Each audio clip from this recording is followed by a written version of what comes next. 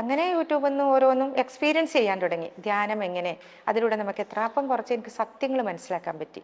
കാരണം അവളെ ഈ ഭൂമിയിൽ എന്ത് ഉദ്ദേശത്തോടെയാണേ വന്നത്, അവളെ കർത്തവ്യം പൂർത്തിയാക്കി.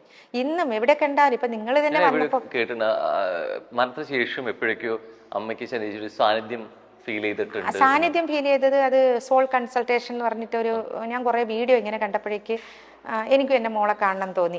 അങ്ങനെ കാണുമോ? അങ്ങനെയാണെങ്കിൽ ഞാൻ ആ കൺസൾട്ടേഷന് ഇരുന്നു. അവളൊരു മുല്ലപ്പൂവൊക്കെ ചൂടിയിട്ട് ഒരു നെഗറ്റീവ് പ്രിന്റ് പോലെ അവൾ വന്നു. ആ ഒരു വേസ്റ്റ് കണ്ടു ഞാൻ, അവളിങ്ങനെ വന്നു. അപ്പൊ ഇതൊക്കെ ചിലർ വിശ്വസിക്കും, ചിലർ വിശ്വസിക്കാതിരിക്കും. വിശ്വസിച്ച് ഞാൻ അവളെ കണ്ടു. പിന്നെ ഈ മെഡിറ്റേഷൻ, ധ്യാനം. പിന്നെ അന്ന് എന്നോട് സീമ പറഞ്ഞിട്ടുണ്ടായിരുന്നു, ചേച്ചി RCCയിൽ ഒരു ആശ്രയ ഓർഗനൈസേഷൻ എന്ന് പറഞ്ഞിട്ടൊരു ഇതുണ്ട്, വലിയൊരു സംഭവമാണ്. അപ്പം അതിലിപ്പോൾ ഞാൻ സർവീസ് ചെയ്യുന്നുണ്ട്. സെക്കൻഡ് അത് ഞായറാഴ്ച ഒഴികെ എല്ലാം വലിയ വലിയ ഞാൻ എന്നെപ്പോലത്തെ 2-3 പേരെ സാധാരണക്കാരായവരുള്ളൂ. എല്ലാം വലിയ വലിയ ജോലിയിലിരിക്കുന്നവരും റിട്ടയർഡ് ആയവരും അല്ലാത്ത എല്ലാം വലിയ ആൾക്കാരെന്ന് വെച്ചാൽ നമ്മൾ ഈ താഴെ ക്യാൻറ്റീനിലില്ല കഞ്ഞിവെള്ളം എടുക്കുക, അത് ഇതിൽ പറയാവോന്ന് അറിയില്ല. കഞ്ഞിവെള്ളം എടുത്തിട്ട് മറിച്ച് കളയുന്ന കഞ്ഞിവെള്ളത്തിന് പോലും വിലയുണ്ടെന്ന് നമ്മൾ ആൾക്കാർക്ക് കാണിച്ചു കൊടുക്കുകയാണ്. ആ കഞ്ഞിവെള്ളം ഒരു 5-6 വലിയ ടമ്പറിൽ എടുത്തിട്ട് ട്രോളിയിൽ ഉരുട്ടി കീമോ വാർഡിലും കീമോ വാർഡ് 6ാമത്തെയും 5ാമത്തെയും ഫ്ലോറിലൊക്കെ കീമോ വാർഡുണ്ട്, അതിൽ ഉപ്പിട്ട് കീമോ ചെയ്ത് കിടക്കുന്ന പേഷ്യൻറ്റിനും കൂടെ ഇരിക്കുന്ന ബൈസ്റ്റാൻഡറിനൊക്കെ കൊടുക്കുക. അവർ ഈ ചൂട് സമയത്ത് ആ കഞ്ഞിവെള്ളം കുടിക്കുമ്പോഴില്ലേ അവർ നമ്മളെ തൊഴുകയ്യും, അവർ ഇങ്ങനെ തൊഴുകയാണ്. ഒരു ഗ്ലാസ് വെള്ളം കിട്ടിയിരുന്നെങ്കിൽ എന്ന് ആശുപത്രിയിൽ കിടന്ന് ആഗ്രഹിക്കുന്നവർക്ക് നമ്മൾ ഡയറക്റ്റ് കഞ്ഞിവെള്ളം കൊണ്ടു കൊടുക്കണം, അവരോടൊരു സാന്ത്വന വാക്ക് പറയുക. പിന്നെ പാലിയേറ്റീവ് വാർഡിൽ പിന്നെ സെക്കൻഡ് തേഴ്സ്ഡേയാണ്, അതിൽ പോയിട്ട് നമ്മൾ ഓരോ ഗ്രൂപ്പിൽ 3-4 പേരുണ്ട്. കുറുക്ക് ഹെൽത്ത് മിക്സ് നമ്മൾ തന്നെ കയ്യിൽ നിന്ന് കാശ് മേടിച്ചുകൊണ്ട് ഹെൽത്ത് മിക്സ്, പാല്, അവിടെ ഒരു റൂമുണ്ട്, അതിൽ ഗ്യാസും അടുപ്പൊക്കെ ഉണ്ട് RCCയിൽ 7ാമത്തെ ഫ്ലോറിൽ. അതിൽ കുറുക്കുണ്ടാക്കി ഈ പാലിയേറ്റീവ് പേഷ്യൻറ്റിന് കൊടുക്കുക. അപ്പോൾ അത് ഭയങ്കര സാറ്റിസ്ഫാക്ഷനാണ് എനിക്ക്. അങ്ങനെയെങ്കിലും ഒരു സേവനം എനിക്ക് ചെയ്യാൻ പറ്റുന്നുണ്ടല്ലോ, എന്തൊരു സന്തോഷമാണ് എനിക്ക് അതിൽ നിന്ന് കിട്ടുന്നത്. കാരണം അതൊക്കെ ഒരു വലിയ കാര്യമല്ലെങ്കിലും മറിച്ച് കളയുന്ന കഞ്ഞിവെള്ളമാണ്. അപ്പൊ എത്രയോ പേര് അവിടെ സർവീസ് ചെയ്യുന്നുണ്ടെന്ന് അറിയാമോ ആശ്രയ ഓർഗനൈസേഷന്റെ. അമ്മയും ശനേശിയുമായിട്ടുള്ള അവസാന ഒരു നിമിഷം ശരിക്കും ഏതായിരുന്നു? അവസാന സമയം ശരിക്കും എപ്പോഴായിരുന്നു? ഞാനും മോളുമായിട്ടുള്ള അവസാന സമയം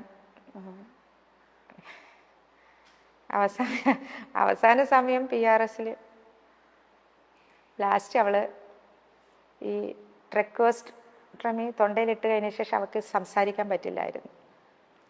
അപ്പം ഞങ്ങൾ ഇവിടുന്ന്, എനിക്കറിയില്ലായിരുന്നു കുഞ്ഞിന് 2ാമതും ഇത് വന്ന് സ്പൈനലിൽ സ്പ്രെഡായിട്ട്. മോനും ഞാൻ പോയില്ല, എന്നെ കൊണ്ടുപോയില്ല ആശുപത്രിയിൽ. മോനും പിന്നെ എൻ്റെ ഹസ്ബൻഡിൻ്റെ അനിയനും കൂടിയാണ്, ശരണയുടെ ചെറിയച്ഛനും കൂടിയാണ് ഡോക്ടറെ കാണാൻ പോയത്. അപ്പോൾ ഡോക്ടർ 1 മന്തേന് ശരണേ ഉള്ളൂ, സ്പൈനലിലൊക്കെ സ്പ്രെഡായി എന്ന് പറഞ്ഞു, ഇനി ഒന്നും നമുക്ക് ചെയ്യാനില്ലെന്ന് പറഞ്ഞു. അപ്പോൾ ഇവർ റിക്വസ്റ്റ് ചെയ്തു, ഡോക്ടർ എന്തെങ്കിലും ഒന്ന് ചെയ്യാൻ പറ്റുമോ, നമുക്കൊരു പരീക്ഷണം എന്നുള്ള രീതിയിൽ എന്തെങ്കിലും ഒന്ന് ചെയ്യാൻ പറ്റുമോ. ഞങ്ങൾ ബാംഗ്ലൂർ പോയി സൈബർ നൈഫ് റേഡിയേഷനൊക്കെ കൊടുത്തതാ. അപ്പോൾ നമുക്ക് ഈ എമൗണ്ടൊക്കെ വന്നപ്പോൾ അവിടെ 10-20 ലക്ഷം രൂപ, പൈസയുടെ കണക്കല്ല കേട്ടോ, എൻ്റെ മോളെ പേരിൽ എനിക്ക് ആ രീതിയിൽ പറയുന്നതല്ല, എങ്ങനെയാലും എൻ്റെ മോളെ കിട്ടണം എന്ന് വിചാരിച്ചു. പൈസയൊന്നല്ല പ്രശ്നം, നമുക്ക് കുഞ്ഞിനെ എങ്ങനെയും കിട്ടണം. അങ്ങനെയാണ് പിന്നെ അവസാനം ഇവരെന്നോട് ഒളിച്ചു വെച്ചു, ഒന്നും പറഞ്ഞില്ല. ഞാൻ പറഞ്ഞു, മോനെ എന്തുണ്ട് ശരണ്യക്ക്, എന്താ ഡോക്ടർ തന്നെ നിങ്ങളെ വിളിപ്പിച്ചേ? ഒന്നുമില്ല. അപ്പൊ സീമ എന്നോട് ഇങ്ങനെ വിളിച്ചു പറയണ, പിന്നെ അതിന് സീമയും ഞാനായിട്ട് തർക്കമായത്. അപ്പൊ ശരണ്യെ പാലിയേറ്റീവില് എവിടെയോ ആക്കിയിട്ടുണ്ട്, അവിടെ കൊണ്ടുപോയിട്ട് അവിടെ. അപ്പൊ എനിക്കറിയാം പാലിയേറ്റീവ് പേഷ്യൻ്റ് തന്നെ എൻ്റെ മനസ്സിലുള്ള ഒരു ഇത്, പിന്നെ മരണം കാത്തു കിടക്കുന്നവർ, വേറെ ട്രീറ്റ്മെൻ്റ് ഒന്നും ഇല്ലാതെ മരണം കാത്തു കിടക്കുന്നവർ ഈ മോർഫിൻ വേദന സംഹാരി മാത്രം കഴിച്ച് മരിക്കുന്നവരെ കിടത്താം. നമ്മൾ വീട്ടിൽ കിടത്താൻ പറ്റാതെ അവിടെ കൊണ്ടൊരു സാന്ത്വന ചികിത്സ, അതാണ് പാലിയേറ്റീവ് എന്ന് എനിക്കുള്ള ബോധം. ശരണ്യക്ക് അപ്പോഴും ബോധമുണ്ട്, ശരണ്യയുടെ ബോധം പോയിട്ടൊന്നുമില്ല. ശരണ്യക്ക് ഈ പാലിയേറ്റീവിൽ പോകുമ്പോൾ അവൾക്കും അറിയാൻ അവളെ എന്തിനാ പാലിയേറ്റീവിൽ കൊണ്ടുവന്നേന്ന്. അപ്പം ഞാൻ ചോദിക്കണം, എൻ്റെ കുഞ്ഞിനൊരു കുഴപ്പമില്ല, പിന്നെ എന്തിനാ പാലിയേറ്റീവിൽ കൊണ്ടുവന്നേ? അപ്പം ഇവർ ഡോക്ടർമാർ പറഞ്ഞിട്ടാണ് പറയുന്നതെന്ന് എനിക്കറിയില്ലല്ലോ. ഞാൻ എൻ്റെ കുഞ്ഞിനൊരു കുഴപ്പമില്ല മാത്രം, അതിനാണ് ഞാൻ സീമി തർക്കിച്ചിട്ടുള്ളത്. ചെറിയ ഇതൊക്കെ ഉണ്ടായിട്ടുള്ളത് അതിന് മാത്രമാണ്. അപ്പോൾ ഞാൻ പറഞ്ഞു, പൈസയാണോ സീമക്ക് പ്രശ്നം? ഈ വീട് വെക്കുക, പൈസ ഇല്ലായിട്ടാണോ എൻ്റെ കുഞ്ഞിനെ പാലിയേറ്റീവിൽ കൊണ്ടുപോകണമെന്ന് പറയുന്നത്? സീമക്കൊന്നും എന്നോട് ഉത്തരം പറയാൻ വാക്കുകളില്ല. അപ്പോൾ മോൻ പറഞ്ഞു, അമ്മ സീമ ചേച്ചിയോട് എന്തിനാ അങ്ങനെ ദേഷ്യപ്പെട്ട് സംസാരിക്കാൻ? പിന്നെ സീമ എന്തിനാ പാലിയേറ്റീവിൽ കൊണ്ടുപോകാൻ പറയുന്നത്? എൻ്റെ മോക്ക് എന്ത് കുഴപ്പം? അവൾക്കൊരു കുഴപ്പമില്ലല്ലോ. എനിക്കറിയുന്നില്ലല്ലോ ഇവർക്ക് ഇങ്ങനെ ഉള്ളത്, ഇവർ പറഞ്ഞത് ഇവരെന്നോട് മറച്ചു വെക്കല്ലേ. അപ്പോൾ 1 മാസം അങ്ങനെ നോക്കാം, വീട്ടിൽ നിന്നിട്ട് അവളുടെ ആ ഒരു ഡെത്ത് കാണണ്ട എന്നുള്ള രീതിയിലാണ്. അവിടെ ആകുമ്പം ആൾക്കാരൊക്കെ ഉണ്ടാവുമല്ലോ, ഡോക്ടർ നഴ്സുമാരൊക്കെ, അതാണ് സീമി അങ്ങനെ പറയുന്നത്. പക്ഷെ ഞാൻ സമ്മതിച്ചില്ല. ഞാൻ പറഞ്ഞു ഒരു കാരണവശാലും എൻ്റെ കുഞ്ഞിനെ പാലിയേറ്റീവിൽ കൊണ്ടുപോകാൻ ഞാൻ സമ്മതിക്കത്തില്ല. ഞാൻ അവളെ നോക്കും.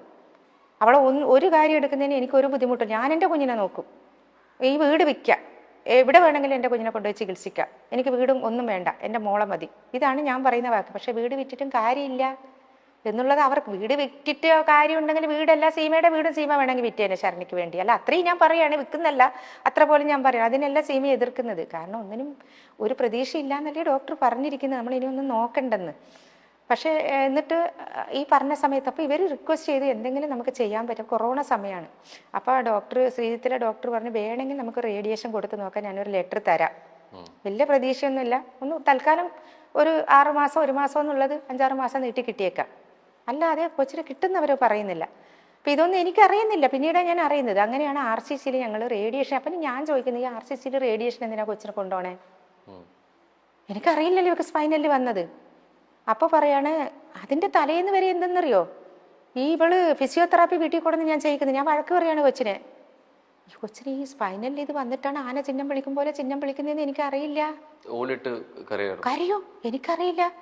ഈ ഫിസിയോതെറാപ്പിസ്റ്റ് പറയും ശരണ്യ ചെയ്യേ, പിന്നെ ആൻറ്റിയാണ് ശരണ്യെ വഷളാക്കുന്നത്, ശരണ്യ കൈ ഇങ്ങനെ ഷിവർ ചെയ്യും, ആൻറ്റി വാരി കൊടുക്കരുത്, അവളെ കൊണ്ട് ഒറ്റയ്ക്ക് വാരി കഴിപ്പിക്കും. അത് ഇന്ന് എനിക്കൊരു പശ്ചാത്താപമാണ്, കുറ്റബോധമാണ് കേട്ടോ. ഇന്ന് ഞാൻ എൻ്റെ മോളെ അങ്ങനെ പറഞ്ഞല്ലോ എന്ന് തീർത്താ ഞാൻ വിചാരിക്കും ദൈവമേ അവളൊന്ന് തിരിച്ച് വന്നിട്ടുണ്ടെങ്കിൽ, അങ്ങനെ ഒരു കാലം ഉണ്ടായിരുന്നെങ്കിൽ എനിക്ക് ഇതിനെയൊക്കെ പ്രായച്ചിത്തം ചെയ്യണമെന്ന്. ഞാൻ അവളെ ഒത്തിരി വഴക്ക് പറഞ്ഞു മോനെ. കാരണം നിനക്ക് മടിയാണടി, നിനക്ക് എപ്പോഴും നിന്റെ അപ്പിയൊക്കെ അമ്മ എടുത്ത് നിനക്ക് ശീലമായിപ്പോയി, നിനക്ക് ബാത്റൂം പോയി അപ്പിയിടാൻ മടിയാണ്, മൂത്രമൊക്കെ നിനക്ക് ബെഡിൽ ഒഴിച്ച് ശീലമായിപ്പോയി, എല്ലാം ഞാനുണ്ടല്ലോ, എൻ്റെ കാലം കഴിഞ്ഞാൽ നിനക്ക് നോക്കാലോ, നിന്നെ ആരെ നോക്കുന്നു, എൻ്റെ കാലം കഴിഞ്ഞാൽ നിന്നെ ആരെ നോക്കും. അപ്പം ഞാൻ എന്തിനാ മോനെ ഇത് വഴക്ക് പറയുന്നത് അവളെ? ഇവള് ഉഷാറായി വരാൻ. അവൻ പറയുന്ന ഫിസിയോതെറാപ്പിസ്റ്റ് ഒരു മഹാദേവൻ എന്നിട്ട് മോനെ എന്നോട് പറഞ്ഞ അമ്മ ഇവിടെ ഓമനിച്ച് വഷളാക്കുന്നു, അവളെ ചെയ്യിക്കണം, ഫിസിയോതെറാപ്പിയൊക്കെ നമ്മളിങ്ങനെ ചെയ്യിക്കണം, ഇങ്ങനെ ഈ കസേരയിൽ എഴുന്നേൽപ്പിക്കണം, എഴുന്നേൽക്കടി ഇങ്ങനെ ഞാൻ പറയാണ്. അപ്പൊ ഇവക്ക് പറ്റുന്നില്ല. അപ്പൊ ഒച്ചത്തി കരയാണ്. അവന് കള്ളക്കരച്ചിലാണ്, നീ കര, നിനക്ക് മടിയാണ്, വാ നിന്നെ കൊണ്ട് കിടത്താം, നീ ഇനി ചെയ്യണ്ട, നീ ഇങ്ങനെ കിടക്ക്. ഇതാണ് ഞാൻ പറയുന്നത്. എൻ്റെ കുഞ്ഞ് പറഞ്ഞൊരു വാക്ക് എനിക്ക് ഇന്നും ഉള്ളിത്തട്ടുന്നത്, ദൈവമേ ദൈവമേ, എൻ്റെ അമ്മക്ക് പോലും ഞാനൊരു ബേഡനായോ, എന്നെ അങ്ങ് എടുക്ക് ദൈവമേ എന്നാ ഇവള് പറയുന്നത്.